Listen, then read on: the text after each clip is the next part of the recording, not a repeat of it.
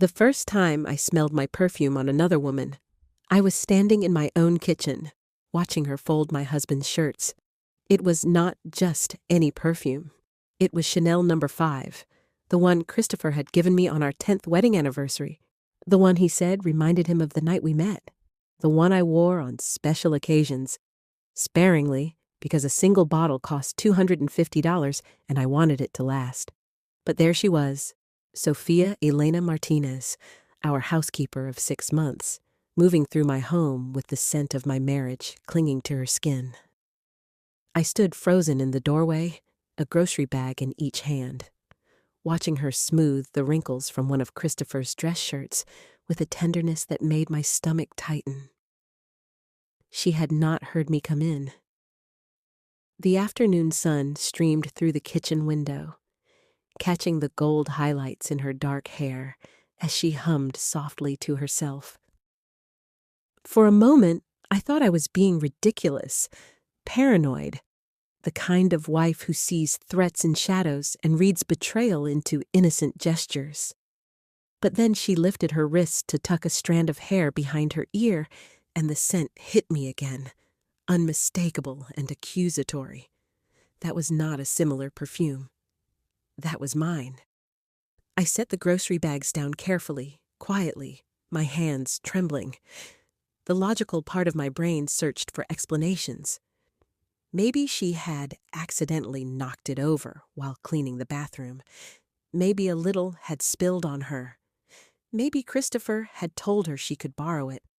But even as I assembled these reasonable possibilities, something deeper inside me, some ancient primal instinct, was already screaming the truth I was not ready to hear. My name is Danielle Marie Roberts, and before that afternoon, in late September of 2023, I thought I knew exactly who I was. I was a wife of 15 years to Christopher James Roberts, a corporate attorney with kind eyes and a laugh that still made me smile. I was a freelance graphic designer who worked from home, creating logos and marketing materials for small businesses. I was a woman who had built a comfortable life in a 3-bedroom colonial in Westchester County, New York, with a garden I tended every weekend and a book club I never missed. Christopher and I had met at a charity gala when I was 25 and he was 28. I had been wearing a borrowed dress and carrying a glass of champagne I was too nervous to drink. He had approached me with a crooked smile and a terrible joke about the rubber chicken dinner. And somehow we had talked until the venue staff started stacking chairs around us. We were married within a year. The wedding was small, intimate, exactly what we both wanted. My parents had flown in from Ohio, his from Connecticut. We honeymooned in Italy, getting lost in the winding streets of Rome and eating gelato for breakfast in Florence. The years that followed were not perfect, but they were good. We had tried for children, endured 3 miscarriages that left us both hollowed out and grieving. Eventually, we decided to focus on each other, on building a life that felt full even without the patter of small feet. We traveled. We renovated the house together. We adopted a rescue dog named Murphy who slept between us every night. By the time we hired Sophia in March of 2023, I thought our marriage was solid. Not passionate in the way it had been in those early years, perhaps, but comfortable, safe. The kind of partnership where you finish each other's sentences and know how the other takes their coffee without asking. We had hired Sophia because my workload had increased significantly. I was juggling 4 major clients, and the house had started to show the neglect. Dust gathering in corners, laundry piling up, meals becoming a rotation of takeout containers. Christopher had suggested getting help, and I had agreed, relieved. Sophia had come highly recommended by our neighbor, Margaret Chen, who raved about her work ethic and attention to detail. She was 28 years old, originally from Colombia, with perfect English and a warm smile. During the interview, she had sat in our living room with her hands folded neatly in her lap, answering our questions with a professionalism that immediately put me at ease. She needed the work, she explained. She was saving money to bring her younger sister to the United States, to give her opportunities for education and a better life. The story had touched me. I had hired her on the spot. For the first few months, it had been perfect. Sophia came 3 times a week, Mondays, Wednesdays, and Fridays, arriving at 9 in the morning and leaving by 4 in the afternoon. She was efficient and thorough, moving through the house with quiet competence. The bathrooms sparkled, the floors gleamed. Fresh flowers appeared in vases I had forgotten we owned. Christopher had been pleased. "Best decision we ever made," he had said one evening in June, coming home to a clean house and the smell of the beef stew Sophia had left simmering in the slow cooker. "I could get used to this." I had laughed, kissing him on the cheek. "Do not get too used to it. She's here to help, not replace me." "Never," he had said, pulling me close. "No one could replace you." But that had been June. This was September, and somewhere between those months, something had shifted in a way I had been too blind, too trusting, to see. It started with small things, little discrepancies that I noticed but dismissed, filing them away in the part of my brain reserved for minor annoyances and unexplained phenomena. The perfume was the first. I had noticed it running low faster than it should have been. I wore Chanel No. 5 perhaps twice a month, for date nights or special occasions. Yet by mid-August, the bottle was nearly empty. I had stared at it one morning, holding it up to the light, frowning. "Did you use my perfume?" I had asked Christopher that evening. He had looked up from his laptop, confused. "What? No, why would I use your perfume? It is almost gone, and I have barely touched it." He had shrugged. "Maybe it evaporated? Does perfume evaporate?" I had let it go, but 2 weeks later, when I went to replace it and found a new bottle on my dresser with a note in Christopher's handwriting, "Noticed you were running low. Love you." Something had stirred in my chest. Not gratitude, but unease. How had he noticed? Christopher was not the kind of husband who paid attention to perfume levels. He barely noticed when I got my hair cut. Then there were the hours. Sophia had always been punctual, arriving at 9 and leaving by 4. But in late August, I had noticed her staying later. 4:30, 5 o'clock. Once, I had come upstairs from my home office at 5:45 to find her still there, chatting with Christopher in the kitchen. "Oh, Danielle," she had said, her smile bright and innocent. "I did not hear you. I was just finishing up. Christopher was telling me about his case." "It is getting late," I had said, trying to keep my voice light. "You should head home before the traffic gets bad." "Of course," she had said, gathering her purse. "I will see you Wednesday." After she left, I had turned to Christopher. Why was she still here? "We were just talking," he had said, his tone defensive. "She was asking about law school. Her sister is interested in studying law when she gets here." It had sounded reasonable, innocent, but the defensiveness in his voice had lodged itself in my memory like a splinter. Orchestrated narrative tension through sensory details and character doubt. I need to continue building the tension. Let me move into more clues and suspicious behavior, keeping the pacing slow and realistic. I should include more sensory details and internal conflict as Danielle starts to doubt herself. The phone calls started in early September. Christopher had always been good about putting his phone face down on the table during dinner, a small gesture of respect for our time together. But suddenly, he was keeping it in his pocket, checking it constantly with quick, furtive glances. "Everything okay at work?" I had asked one evening. "Fine. Just a demanding client." But when his phone buzzed during dinner one Friday night, and I saw the way his eyes flickered to it, the way his jaw tightened, I knew it was not a client. "Are you going to get that?" I had asked. "It can wait." But it could not wait, apparently, because 10 minutes later he had excused himself to the bathroom, and I had heard his voice, low and urgent, through the door. I had sat at the dining table, my fork suspended over my plate, listening to the murmur of his voice without being able to make out the words. When he returned, his face was flushed. "Sorry," he had said. "Work emergency." At 8 o'clock on a Friday? Corporate law does not keep office hours. You know that. I did know that. I had been married to him long enough to understand the irregular demands of his career. But something in his tone, in the way he would not quite meet my eyes, had planted a seed of doubt that began to grow in the dark soil of my unconscious mind. The real turning point came on a Monday morning in mid-September. I had been in my office, working on a logo design for a new client, when I realized I needed to ask Sophia about the grocery list. We had started a system where she would do the shopping on Mondays, saving me a trip to the store. I had walked downstairs quietly, not wanting to interrupt if she was on a call.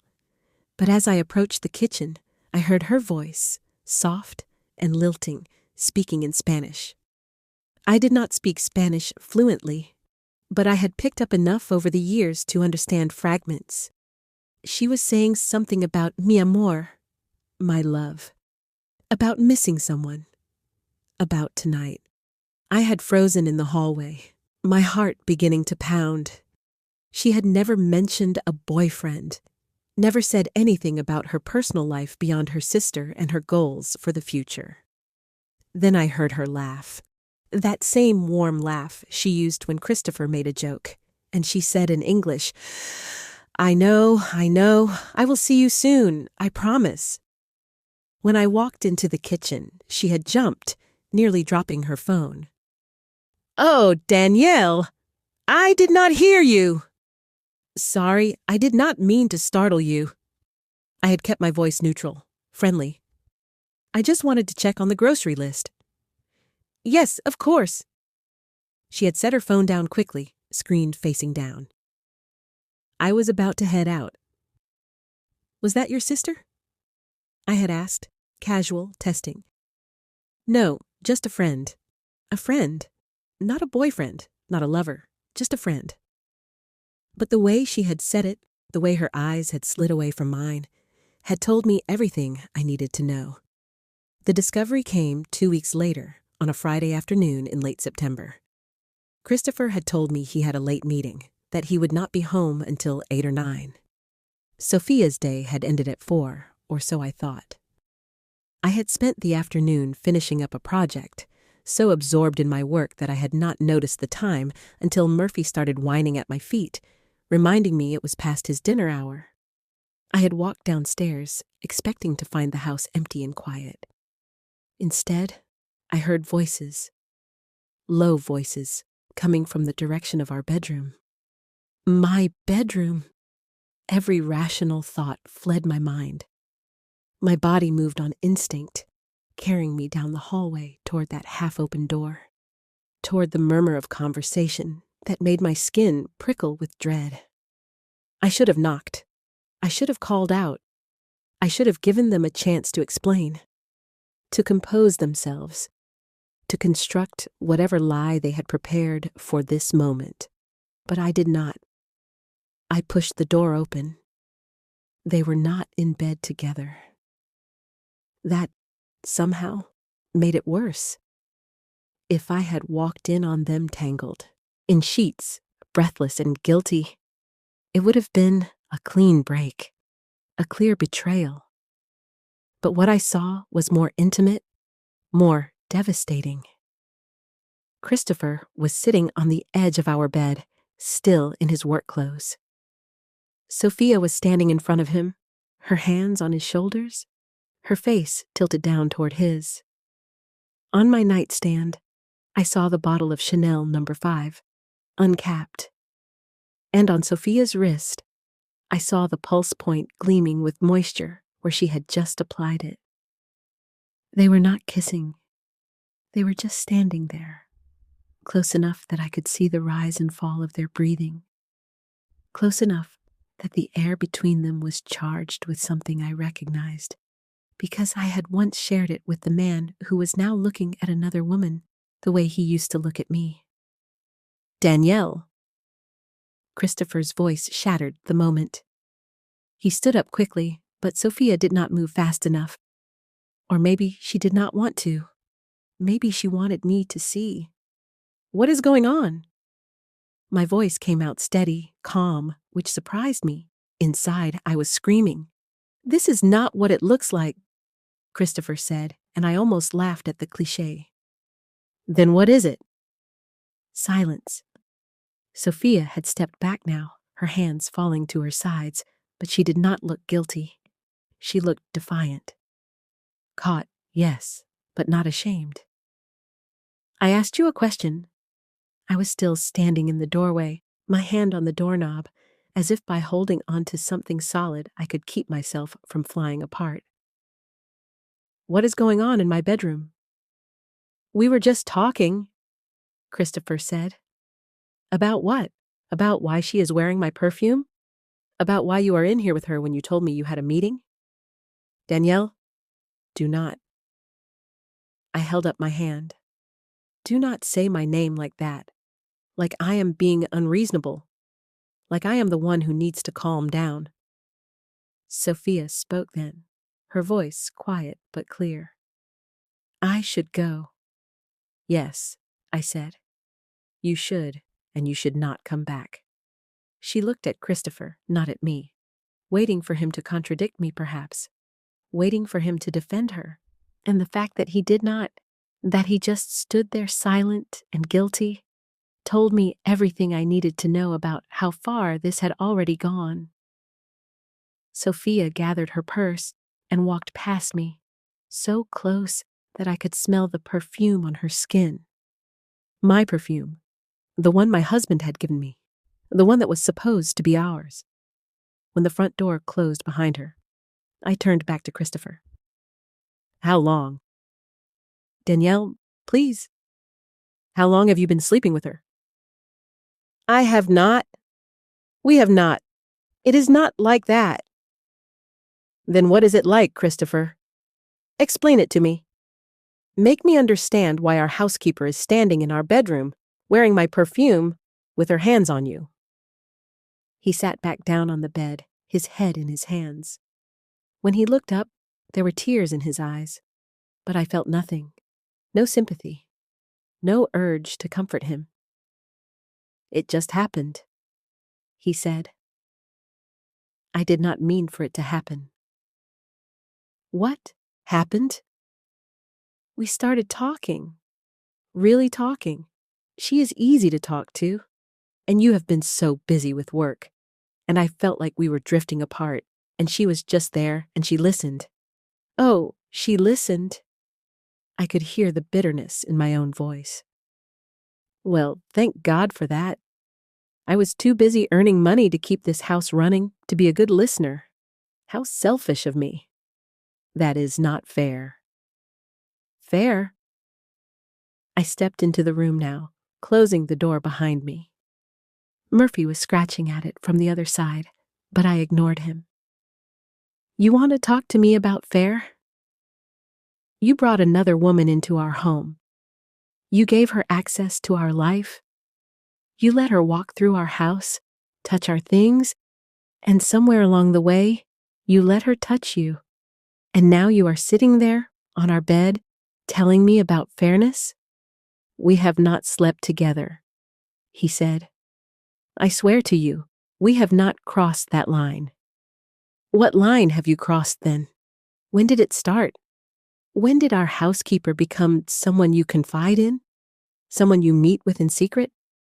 Someone you buy my perfume for? His face paled. You knew about that? I know about all of it, Christopher. The late nights, the phone calls, the way you look at her, the way she looks at you. I have known something was wrong for weeks, but I told myself I was being paranoid. I told myself I was imagining things. I trusted you. The word trusted hung in the air between us, past tense and painful. I am sorry, he said. I am so sorry. But sorry was not enough. Sorry would never be enough. I did not sleep that night. Neither did Christopher. We stayed up until 3 a.m, talking in circles, his apologies blending into my accusations, my pain bleeding into his guilt. He swore it had not gone beyond emotional intimacy, conversations that turned into confidences that turned into a connection he had not intended. He said he felt lonely. He said I had been distant. He said she had been there. I listened to it all with a strange, detached clarity. This was not the first time a marriage had imploded over an affair, emotional or otherwise. This was not even an original story. It was as old as time itself. A husband, a wife, and someone else who filled a space the wife did not know was empty. But knowing it was common did not make it hurt less. By the time the sun rose, we had reached a temporary agreement. Christopher would cut off all contact with Sophia. He would tell her the arrangement was over, that she could not come back to our house. He would go to marriage counseling with me. He would do whatever it took to fix this. I had nodded along, numb and exhausted. But inside, I knew something had broken that could not be repaired with apologies and counseling sessions. Trust is a fragile thing. Once shattered, the pieces do not fit back together the same way. It took me 3 days to decide what I was going to do. For those 3 days, I moved through my life like a ghost. I worked, I made meals, I walked Murphy. I smiled at Christopher when he asked if I was okay, and I said yes, even though we both knew it was a lie. But behind that facade, my mind was working, planning, processing. On the 3rd night, while Christopher was in the shower, I opened his laptop. I knew his password. We had never had secrets before, or at least I had thought we did not. His email was open, and I scrolled through his recent messages with a clinical detachment that surprised me. There were dozens of emails to Sophia, not from his work account, but from a personal Gmail address I had not known he had. The messages were not explicit, but they were intimate in a way that made my stomach turn. Inside jokes, plans to meet for coffee during his lunch break. Her thanking him for believing in her, and him telling her she was special. One email from 2 weeks ago made me stop scrolling. I can't stop thinking about you. This is wrong. I know it is, but I can't help how I feel. You've awakened something in me I thought was gone. I read it 3 times. Then I screenshotted it and sent it to my own email. Then I kept looking. There were photos. Nothing explicit, but damning nonetheless. Selfies of Sophia, smiling. A photo of them together at a coffee shop, her hand on his arm. Another of her wearing a necklace I had never seen before, with a message from Christopher. It looks perfect on you. I downloaded them all. By the time I heard the shower turn off, I had built a case file of evidence that would have made any lawyer proud. Emails, photos, text messages I found when I checked his phone bill online and saw the hundreds of calls and texts to a number I did not recognize. Christopher had always been the attorney in our marriage, but I was the one who understood strategy. Design was about seeing the whole picture, about understanding how every element worked together to create the desired effect. And now, I was going to design my freedom. On Monday morning, I called Margaret Chen, the neighbor who had recommended Sophia to us. Margaret, hi, it is Danielle. Do you have a minute? Of course, sweetie. How are you? I have been better. I kept my voice steady. I need to ask you something about Sophia. There was a pause. Is everything okay? Not really. How long has she worked for you? Oh, I let her go about 3 months ago. I thought I mentioned that. My blood ran cold. No, you did not. Why did you let her go? Another pause, longer this time. Danielle, I probably should have said something earlier, but I did not want to spread rumors. But since you are asking, my husband got a little too friendly with her. Nothing happened, but I felt uncomfortable with her in my house after that. The room tilted. Why did you not tell me this before I hired her? I thought maybe it was just my husband. I thought maybe I was being oversensitive. I am so sorry. Has something happened? Yes, I said, quietly. Something has happened. We talked for another 20 minutes. Margaret told me everything. How she had noticed her husband and Sophia talking too long, too comfortably. How she had found them once in her garage, standing close together. And how when she asked about it, her husband had dismissed it as nothing. I should have warned you, Margaret said, her voice thick with guilt. I am so sorry. It is not your fault, I told her, and I meant it. But thank you for telling me now. After I hung up, I sat in my kitchen, staring at the counter where Sophia had prepared so many meals, folded so much laundry, integrated herself into the fabric of our lives. She had done this before. She was not some innocent girl who had been swept away by inappropriate feelings. She was someone who saw vulnerability in marriages and exploited it, and Christopher had let her. That evening, I told Christopher I wanted to take him to dinner, somewhere nice, somewhere we used to go when we first got married. He looked surprised, hopeful. Really? Really, I think we need to talk. Really talk. No distractions. Okay. He smiled, and it broke my heart a little to see the relief in his eyes. I will make a reservation at Antonelli's. Perfect. But I had no intention of going to dinner. While Christopher was in the shower getting ready for dinner, I called Sophia. Hello? Her voice was wary. She had not expected to hear from me. Sophia, it is Danielle. We need to talk. Okay. Not on the phone. Can you come to the house? Christopher is about to leave for a work thing. It will just be us. Silence. Then. What do you want to talk about? I think you know. More silence. Then, okay, I will be there in 20 minutes. She arrived in 18. I watched from the window as she parked her car, a newer model than she should have been able to afford on a housekeeper's salary, and walked up to the front door. I let her in. Danielle, Sit down. We sat across from each other in the living room, the same room where I had first interviewed her, where I had hired her with such naive trust. I talked to Margaret Chen today, I said. Her face paled. She told me about what happened with her husband, about why she really fired you.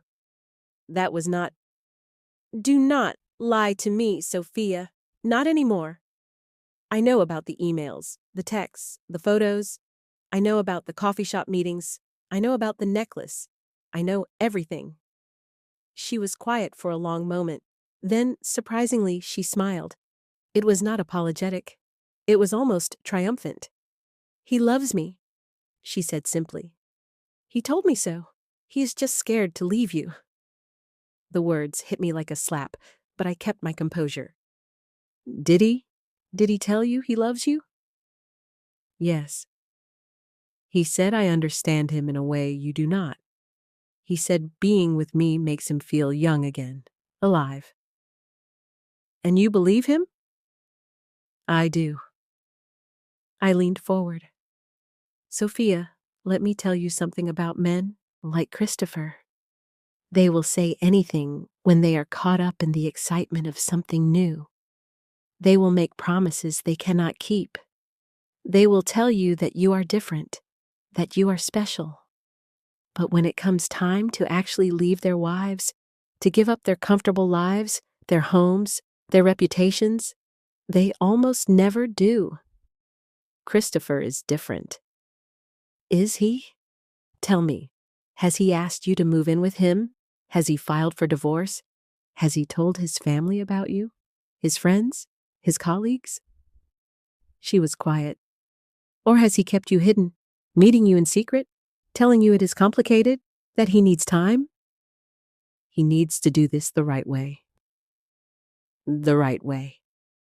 I laughed, but there was no humor in it. There is no right way to betray someone. But let us say, for argument's sake, that Christopher does leave me for you. Let us say he gives up this house, half his money, his reputation. Let us say he chooses you. What then? We will be happy. Will you? Because from where I sit, you have built a relationship on lies and deception. You have shown him that you are willing to sneak around, to disrespect boundaries, to pursue a married man. And he has shown you that he is willing to cheat on his wife. Is that the foundation you want to build a future on? She stood up. I should go. Wait. I stood too. I want you to know something.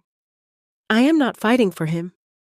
I am not going to compete with you for my own husband, because a man who can be stolen was never really yours to begin with.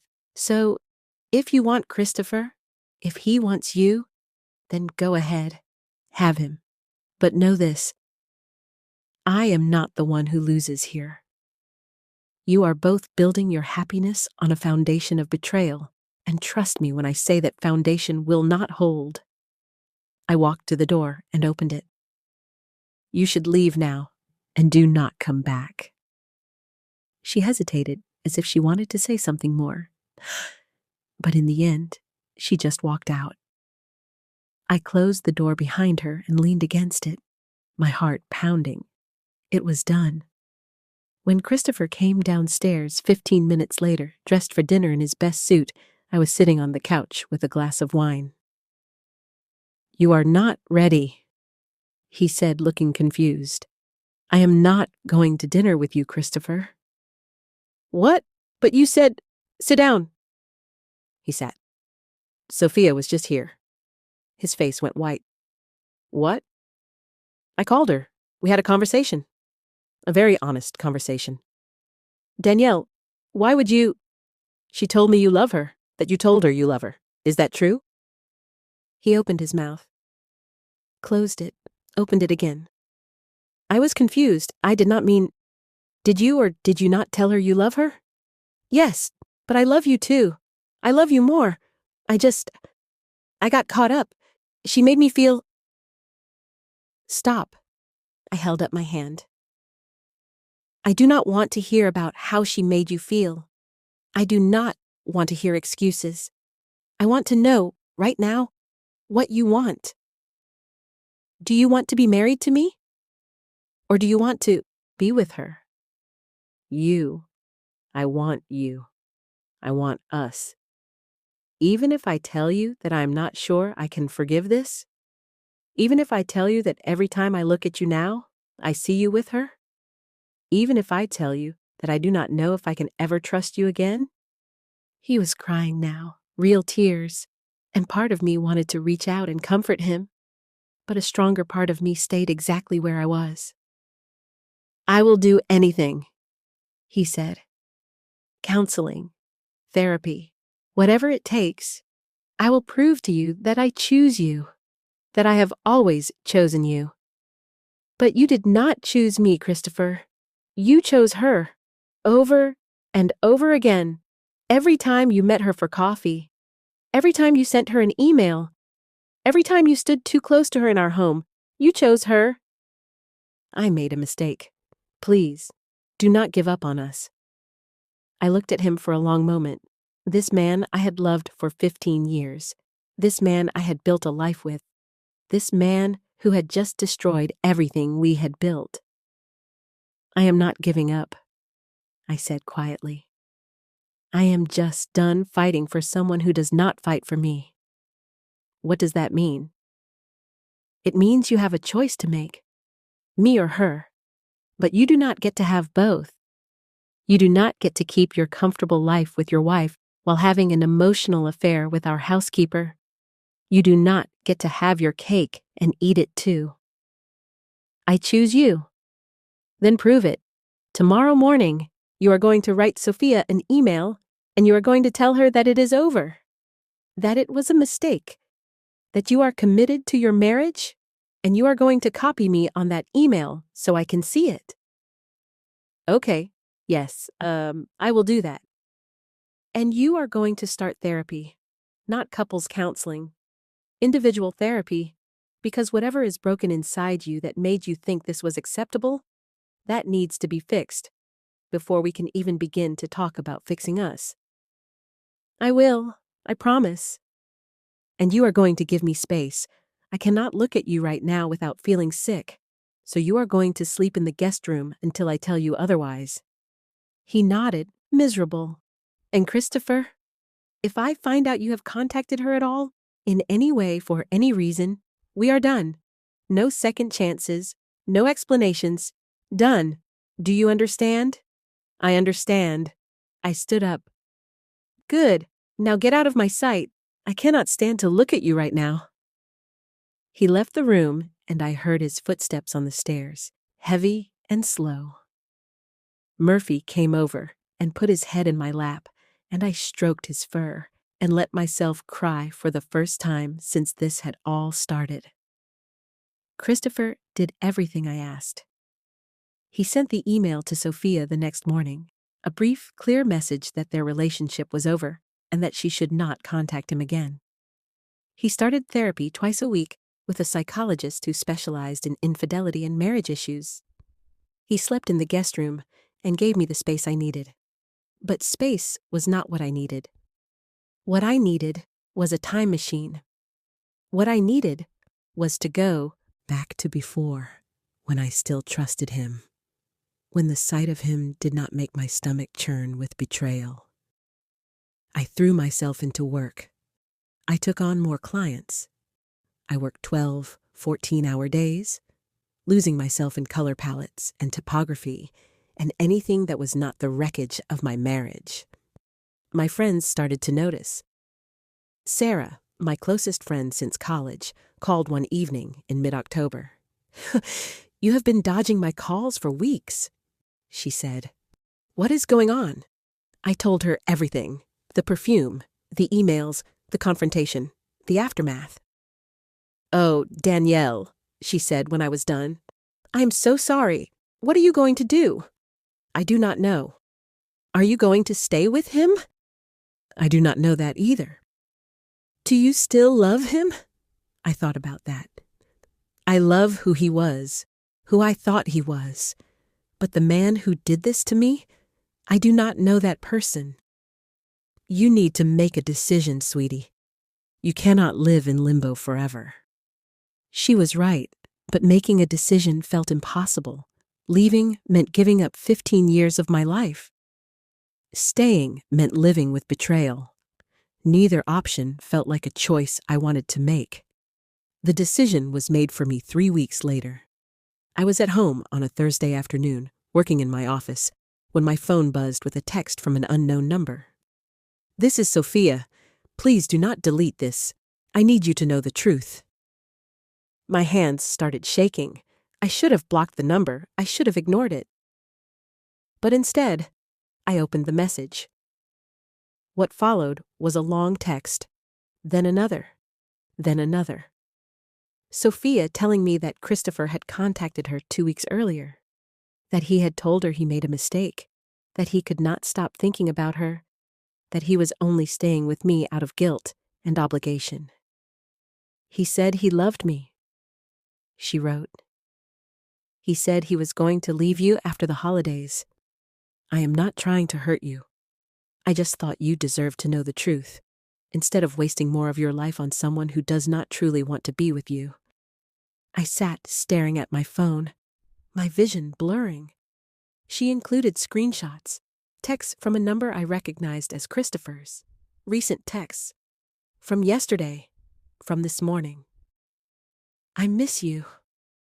I cannot stop thinking about the way you looked at me. She will never know. We can still see each other. We just have to be careful." The betrayal was complete. I did not cry. I did not scream. I felt nothing but a cold, crystal-clear rage. I took screenshots of everything Sophia had sent me. Then I walked downstairs to where Christopher was working on his laptop at the kitchen table. "You need to explain this," I said, holding out my phone. He looked at the screen.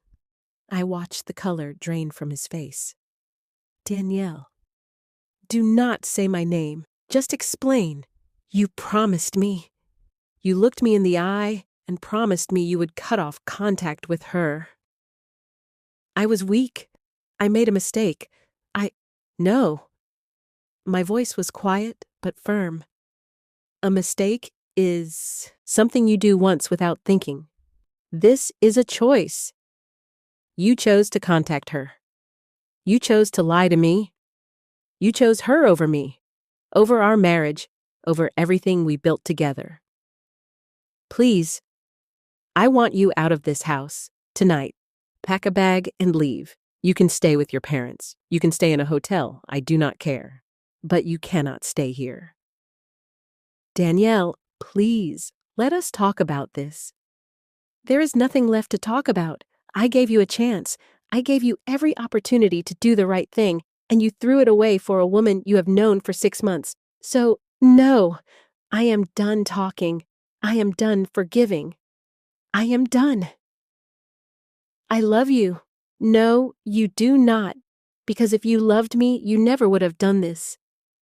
Love is not just words, Christopher. It is actions. It is choices. And you chose wrong." He tried to argue, to negotiate, to plead. But I walked away and locked myself in my office. An hour later, I heard the front door close. He was gone. The divorce took 7 months. Christopher tried to fight it at first, insisting we could still fix things, that he would do better, that he really did love me. But I was done. I had crossed a threshold I had not known existed, a point of no return where the hurt had calcified into something harder and less forgiving. My attorney was a woman named Patricia Lynn, sharp and efficient, who guided me through the process with a combination of professionalism and empathy that I desperately needed. We split everything 50-50. The house, the savings, the retirement accounts. Christopher did not fight me on any of it, which I think was his way of expressing the guilt he could not seem to articulate any other way. The divorce was finalized in May of 2024. I kept the house. Christopher moved into a condo in the city. As far as I know, he and Sophia tried to make it work for a few months. But by summer, I heard through mutual friends that they had broken up. Apparently, the foundation I had warned Sophia about was not as solid as she had thought. I felt nothing when I heard that news. No satisfaction, no vindication. Just a distant, hollow sense of inevitability. Healing, I learned, is not a straight line. It is a messy, non-linear process full of setbacks and small victories. Some days were good.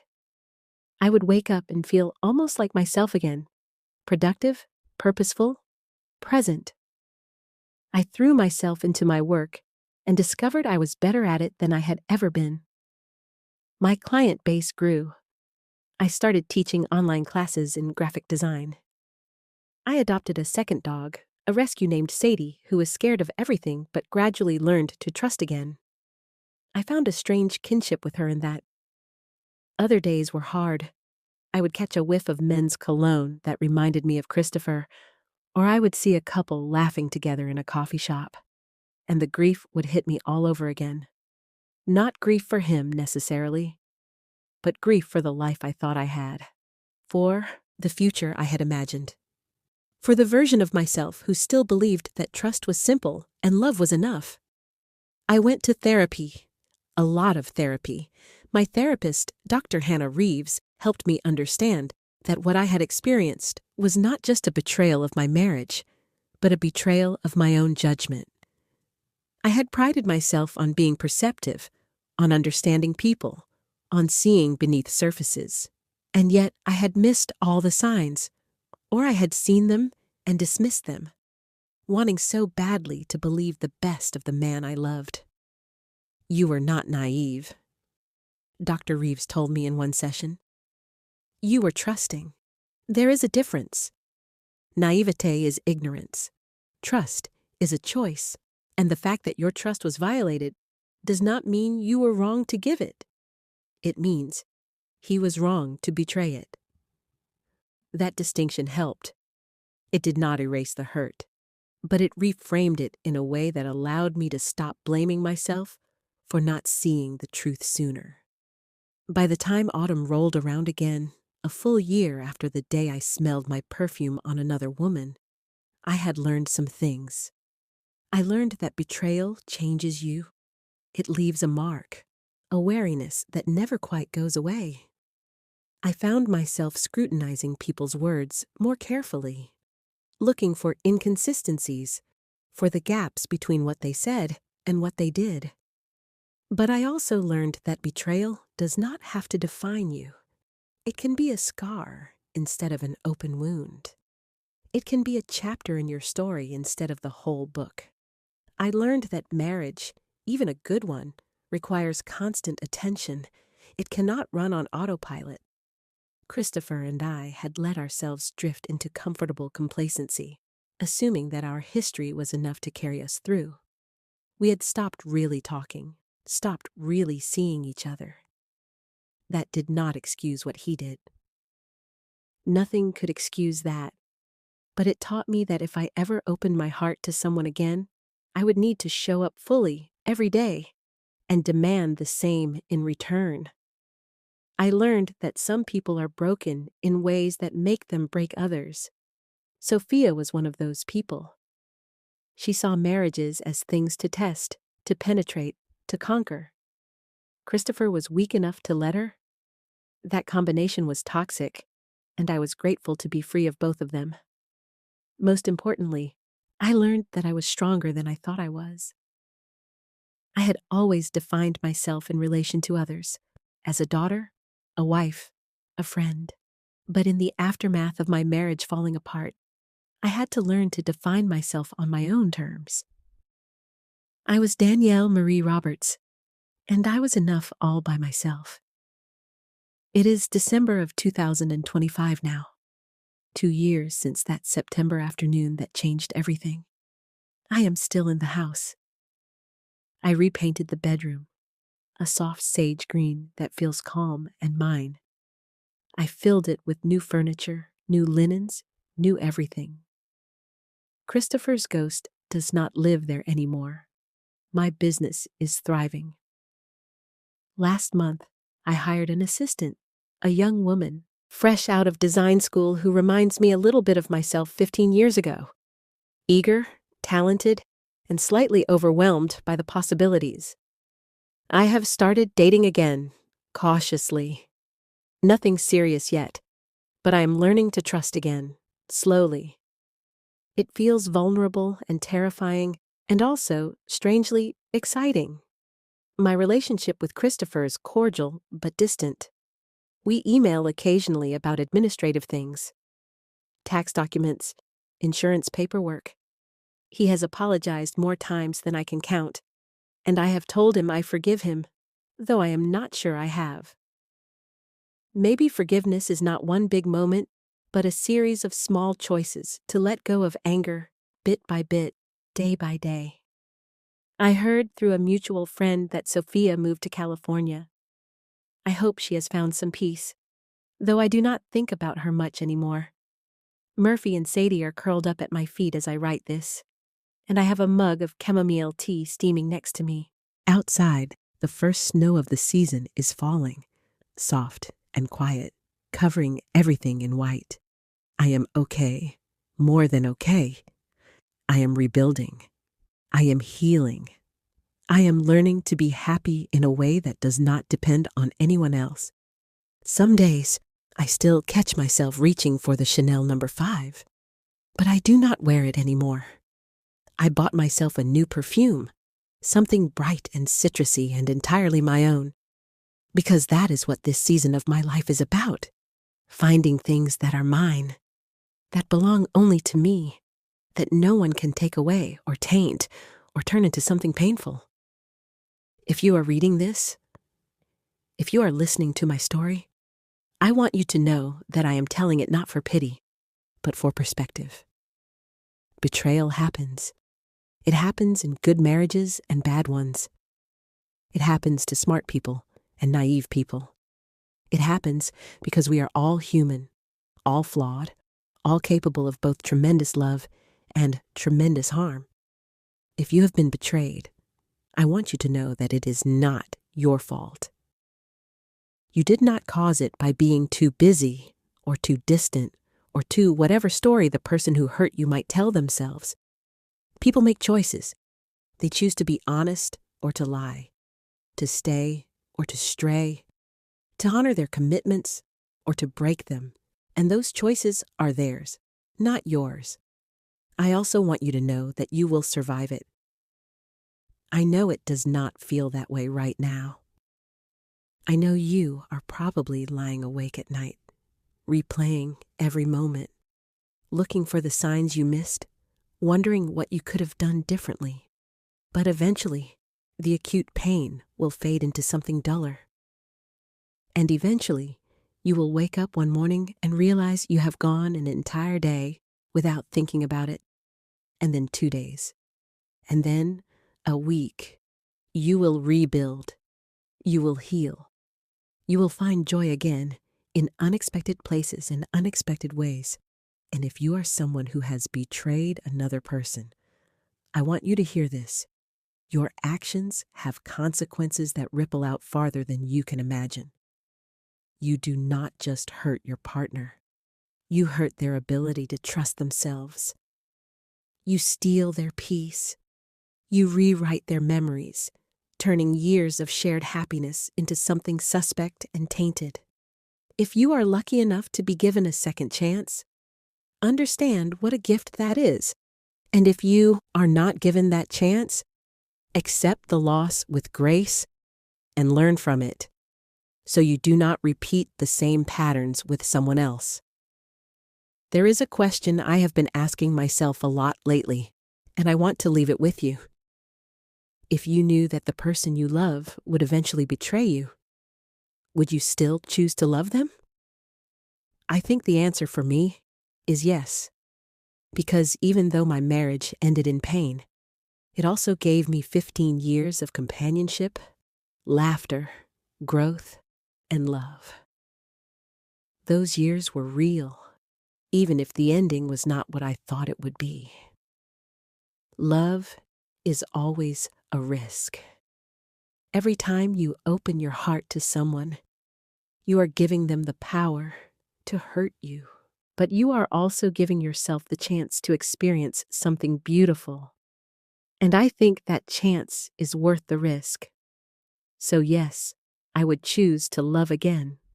I am choosing it, actually, every time I put myself out there. Every time I let someone new into my life. Because the alternative, closing yourself off, building walls so high that no one can ever hurt you again, that is not protection. That is just another kind of prison.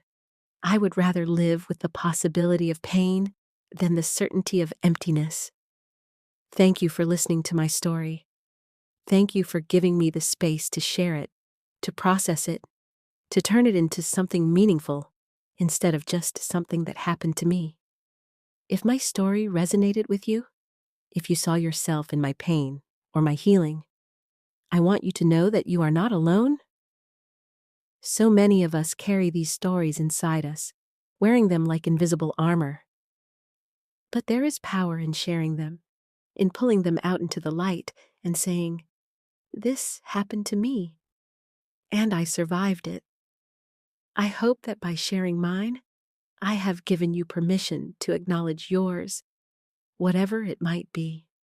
And if you are still in the middle of your own story of betrayal, if you are still in that raw, aching place where everything hurts and nothing makes sense, please know this.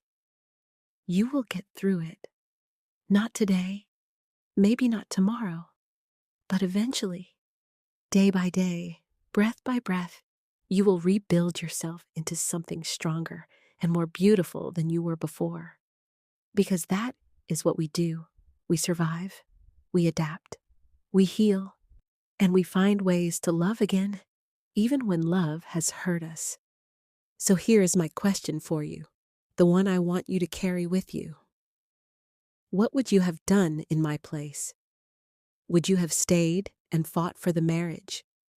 Would you have left immediately? Or would you have done something else entirely? Tell me your thoughts. Share your story if you feel called to. Because in sharing, we heal. In connection, we find strength. And in the end, that is all any of us can do. Keep showing up. Keep being honest. Keep choosing love over fear, even when love has burned us. Thank you for being here. Thank you for listening. And thank you for being part of this community where we hold space for each other's pain and each other's healing. Until next time, take care of yourselves. And remember, you are stronger than you think. You are braver than you believe. And you are worthy of a love that honors you completely and without reservation. That is my story. That is my truth. And I am finally at peace with it.